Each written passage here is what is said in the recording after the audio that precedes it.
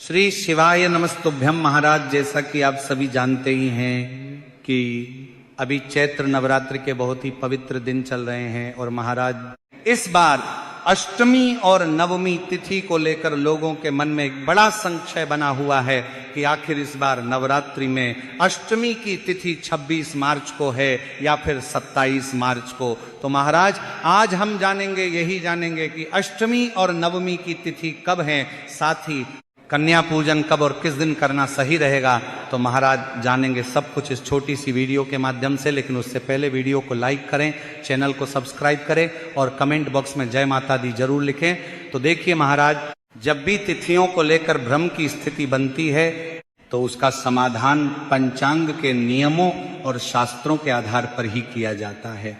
हमारे धर्म में किसी भी व्रत या पर्व की तिथि निर्धारित करने के लिए सबसे महत्वपूर्ण आधार होता है उदया तिथि, अर्थात जो तिथि सूर्योदय के समय विद्यमान होती है वही तिथि उस दिन के लिए मान्य मानी जाती है।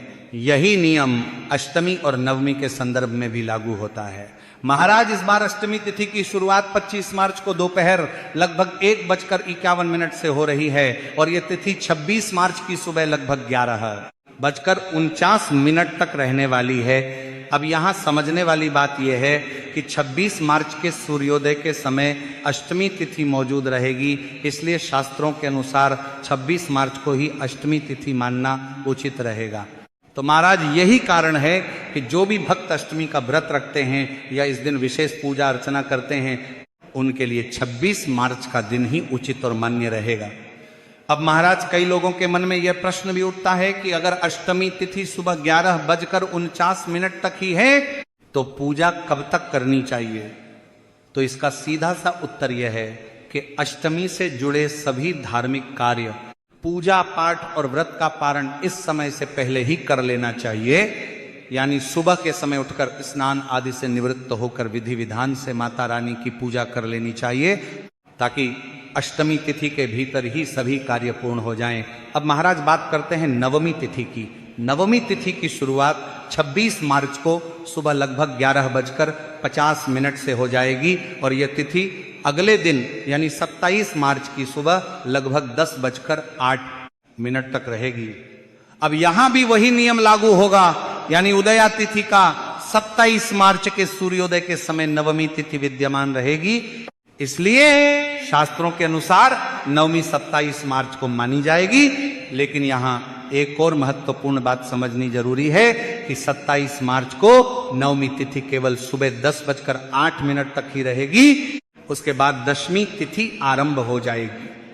इसलिए जो भी लोग नवमी के दिन पूजा करते हैं उन्हें यह ध्यान रखना चाहिए कि अपने सभी धार्मिक कार्य सुबह के समय ही और विशेष रूप से 10:08 से पहले ही पूर्ण कर लें। अब महाराज कुछ लोग ऐसे भी हैं जो इस बार अष्टमी और नवमी को एक ही दिन मान रहे हैं, क्योंकि दोनों तिथियां 26 मार्च को आंशिक रूप से पड़ रही हैं।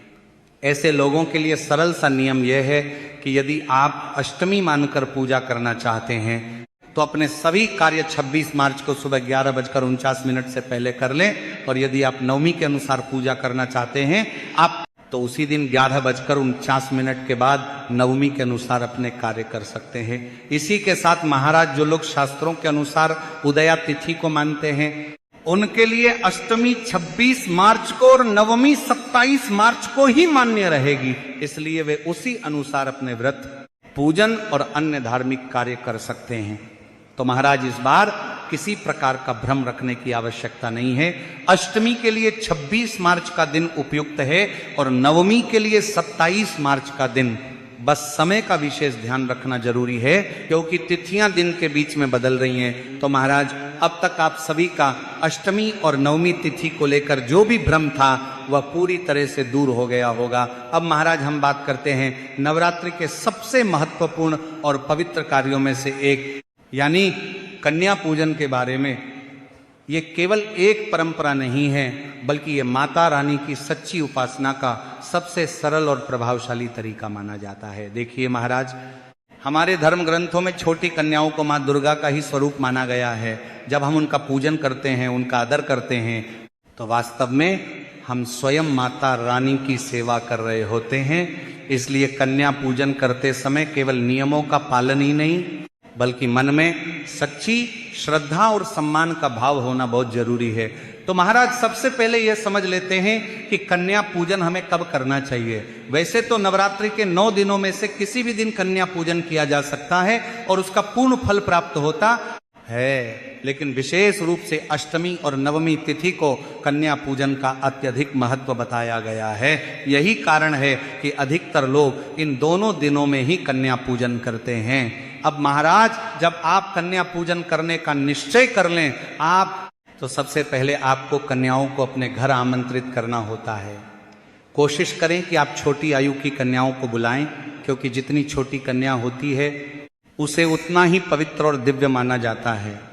सामान्य रूप से 2 वर्ष से लेकर 10 वर्ष तक की कन्याओं को पूजन के लिए बुलाया जा सकता है, लेकिन यदि 5 वर्ष या उससे कम आयु की कन्याएं मिल जाएं तो इसे और भी श्रेष्ठ माना जाता है।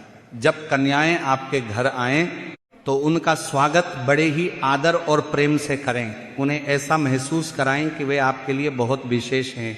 इसके बाद उन्हें एक स्वच्छ स्थान पर बैठाएं और फिर पूजन की प्रक्रिया आरंभ करें।